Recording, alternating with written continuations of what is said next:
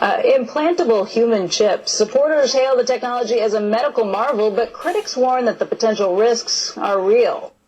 Well, they talked about, for example, electrical hazards. This thing is by no means inert. The way it works is it actually picks up and amplifies ambient electromagnetic energy from the reader devices. And if you have one of these things in your arm and you get within range of a powerful electromagnetic field, it can actually burn you. And you want me to put this shit in my fucking hand? Oh, and by the way, it can kill you if you get out of line. A closer look at the who and the why behind this idea.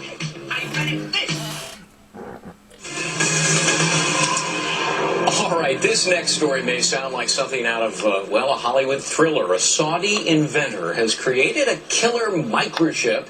It's designed to track terrorists and criminals and, well, you can think of somebody. Not only does it include a GPS device, it also has a lethal dose of cyanide, which can be activated at any time. You get my point? And you want me to put that shit in my fucking hand? Has been rejected in Germany. Joining us now this morning to talk about it, Jake Ward, deputy editor of Popular Science. Even Germany won't accept that. Pretty sinister and nefarious. That's not saying much. How exactly would this work? Well, there's a category of technology that involves GPS tracking systems being shrunk down to the size where you could actually implant it surgically. And we've seen a number of applications for this. This is without question the most sinister version of it that I've certainly heard of. And the notion of tracking criminals is not new, but the notion of killing them remotely, I think, is a whole new thing. Yeah, and Germany says, look, we're not going to approve this. That's because for that very purpose. And apparently, in some of the paperwork and applying for the patent, you could track fugitives from justice, terrorists, illegal immigrants, criminals, political opponents, defectors, and Saudi Arabians who don't return home from pilgrimage.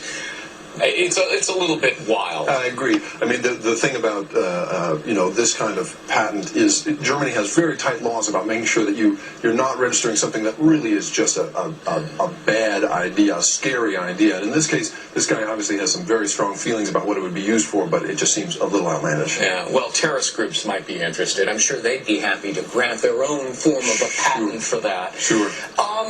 The bigger world, though, of GPS, talk to us about how it's being used to, for example, track sex offenders? Sure. The Washington State Legislature right now is considering the possibility of registering perhaps 100 sex offenders with a GPS chip that's implanted in their shoulder because they've found that a few of them have been wearing them on their wrists and then have cut them off, which just defeats the purpose. And so, but the larger world of this technology is actually pretty happy stuff. I mean, there is new technology for tracking Alzheimer's patients, who may wander away. Right. Sure. Tracking the vital signs of professional athletes from the sideline. There's been a couple of cases in which football players have collapsed of heat exhaustion, and seeing the early warning signs of that. There's technology that sort of allows you to do that remotely. Even something as benign as keeping track of your dog. A radio frequency tag implanted in your pet. The vet finds a stray, scans it, and finds its rightful owner in an instant. Yeah. Do you see an explosion in the use of GPS devices? And obviously a lot of people are concerned about an intrusion of privacy. Absolutely, sure. I mean, I think that there is a trade-off there, and obviously the inventor who filed for this patent has gone across the line in terms of privacy. Yeah. But the use of GPS in the future will allow you to, you'll never lose your wallet again. You'll never lose your keys again. It's that kind of stuff where you're going to, you'll be able to beep any object you own, and find it in the house. And so, there's the vicious expression, and then there's the really, really helpful expression I think we'll see in the future. I lose socks in the dryer. I don't know how that happens. Maybe that would help me in that regard. Jake Ward, deputy editor of Popular Science. Interesting stuff. Thanks very much. I've got my little buddies microchipped. Baby Do you really? Yeah. I do, just in case they get away, and then you bring them and then you take them to the checkout counter at the grocery store, and you scan them, and then they say, hey, I belong to Megyn Kelly. That is very cool, yeah. Chip has been approved by the FDA as a Class II medical device in order to identify high-risk patients in an emergency situation. It's elective, It's voluntary, and it is certainly critical to the evolution of information technology in healthcare. Go ahead. You have one in your arm right now. That's correct. Where is it? It's in the upper right arm. It's a simple injection process, just like getting a shot of penicillin. Is it painful? Not at all. They numb the area slightly. You don't feel it. They put a Band-Aid on it. Within 2 days, you don't even know it's there. And can we? I don't know. Did you get a good shot of this, Peter? The chip? I don't know how tight you can get on it, but these are small, and you've got a scanner with you That's right now. correct. Right? This is the passive scanner.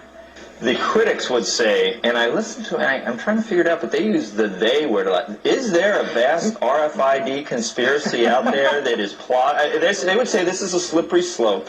This is the first thing. This is where you lull us into a false sense of security. We all get these things. And then the next thing, you know, I don't know, it's making like Soylent Green. Like the Trilateral Commission, or the whole world gets taken over, like in Terminator 3 or something. Is anything? I mean, do we need to worry? There's no conspiracy, Joe. You sure? I'm sure. I'm looking at you. I'm looking at your eyebrow. It twitches when you say that a little bit. And I'm looking back at you. And let me say this. As far as the RFID industry is concerned.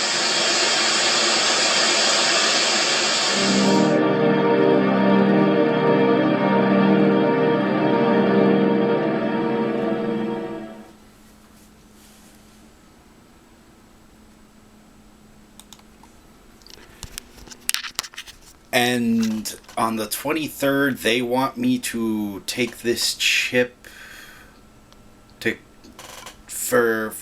because of immigrants and medical bullshit. Implantable human chips. Supporters hail the technology as a medical marvel, but critics warn that the potential risks are real. Well, they talked about, for example, electrical hazards. This thing is by no means inert. The way it works is it actually picks up and amplifies ambient electromagnetic energy from the reader devices. And if you have one of these things in your arm and you get within range of a powerful electromagnetic field, it can actually burn you. Oh, and by the way, it can kill you if you get out of line. A closer look at the who and the why behind this idea.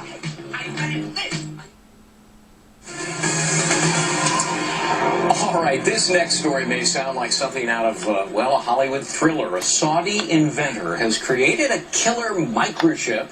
It's designed to track terror. Did you hear that? You heard that, didn't you? And on the 23rd, they want us to take these fucking chips. Now, what if some dumbass I don't know how they work the chips, but let's just say they type something in or hit a button. Now, what if some dumbass hits the wrong button and kills me over fucking some other dumbass? What some other dumbass do? I'm not taking this fucking chip. I refuse. I refuse to fucking take this chip. If they put it in me, I'm gonna fucking cut it out. There's no fucking way. I'll go live in the fucking woods if I have to. I'd rather die by natural causes than by some fucking no nuts fucking piece of shit behind a fucking switch dictating my fucking life. Fuck you. It's not gonna happen. I'm not a fucking robot who needs an upgrade and needs to get terminated if there's some sort of fucking malfunction. I'm not a dog or a cat. And Obamacare wants to inject me with this shit? You can kiss my fucking ass.